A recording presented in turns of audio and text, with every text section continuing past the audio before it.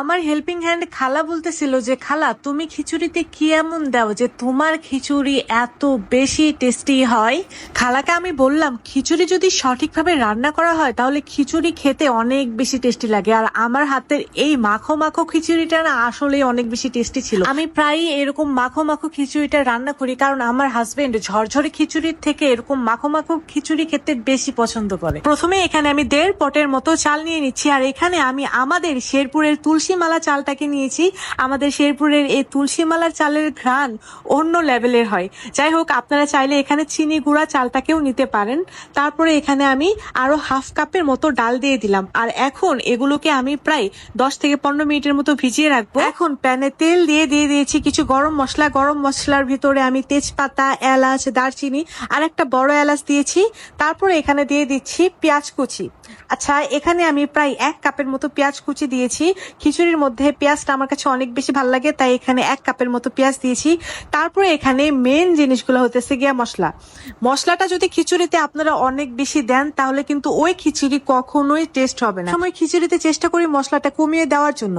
যাই হোক, এখানে আমি আদা বাটা দিয়ে দিয়েছি 1 চা চামচের মতো, রসুন বাটা দিয়ে দিয়েছি 1 চা চামচের মতো, তারপর জিরা বাটা 1/2 চা চামচের মতো দিয়েছি, আর ধনিয়া গুঁড়া দিয়ে দিয়েছিলাম 1/2 চা চামচের মতো। এখন এই সবগুলো মশলাকে খুব ভালোভাবে কষিয়ে নেওয়ার পর এখানে 1 চা চামচের মতো দিয়ে দিয়েছি লাল মরিচের গুঁড়া, আর 1 চা চামচের মতো দিয়ে দিয়েছি হলুদের গুঁড়া। তারপরে এখানে 2 চা চামচের মতো লবণ দিয়েছি। আচ্ছা, লবণটা কিন্তু আপনারা আপনাদের টেস্ট অনুযায়ী দিবেন।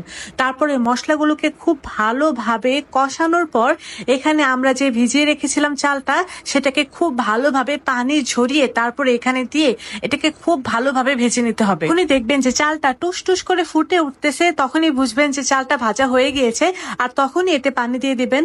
আমি এখানে 1.5 কাপ চালের জন্য প্রায় 4 কাপের মতো পানি দিব। আপনারা যদি ঝরঝরে খিচুড়ি খেতে চান তাহলে এখানে 1.5 কাপ চালের জন্য 3 কাপ পানি দিয়ে দিবেন। আর আমি যেহেতু একটু মাখো মাখো করবো খিচুড়িটা, তার জন্য এখানে আমি পানিটা একটু বেশি দিলাম। এখন প্রায় 5 থেকে 6 মিনিট এই চালগুলোকে আমি খুব ভালোভাবে জাল দিয়ে নেব, আর 5 থেকে 6 মিনিট পর ঢাকনা খুলে দেখবেন যে এরকম মাখো মাখো একটা টেক্সচার এসেছে, আর চালগুলো কিন্তু এখনো ফুটে নাই। এখন কয়েকটা কাঁচামরিচ দিয়ে দিব ফ্লেভারের জন্য। খিচুড়িতে কাঁচামরিচের ফ্লেভার আমার কাছে অনেক বেশি ভালো লাগে।